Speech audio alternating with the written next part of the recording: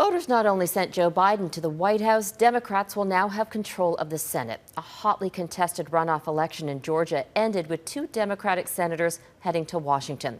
Here's how those 2 races played out. Reverend Raphael Warnock took Republican Kelly Loeffler's seat with 50.6% of the vote. And then there was an even tighter race. Democrat John Ossoff appears to have squeaked out a victory over David Perdue, ahead by less than 0.5%. These 2 wins paved the way for Biden to push forward with his vision for a post-Trump America. As Eric Sorensen explains, Georgia turning blue is seen as a clear rebuke to the way the U.S. has been governed for the past 4 years.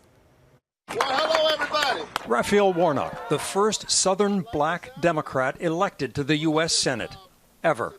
The pastor from the same Baptist church as Martin Luther King, his win alone is historic. But I brought people together across racial lines, religious lines. That American promise is alive and well. After all, I'm sitting here. But there is more history in the works.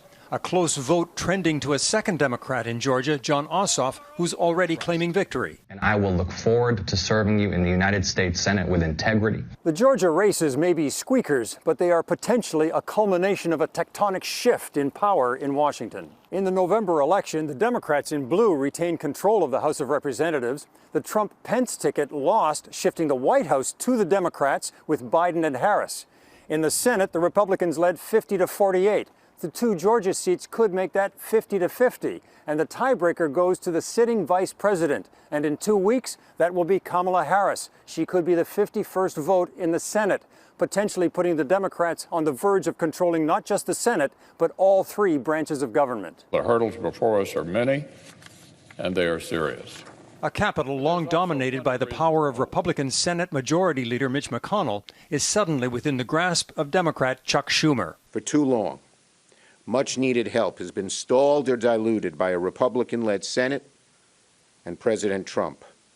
That will change. With control of the Senate, President Joe Biden will have a clearer path for a progressive agenda. These Senate seats are truly the last line of defense. President Trump's claims of voter fraud likely suppressed the Republican vote in Georgia, further dividing his own party. I think a lot of it will get blamed on Donald Trump. We're seeing really a split now in the Republican Party. We'll see just how deep it goes between those who stay loyal to Trump and those who just want to put him in the past as quickly as possible. The president's desperation to stay in the White House may have cost Republicans the Senate, and Donald Trump may have diminished his party and his presidency on his way out the door. Eric Sorensen, Global News.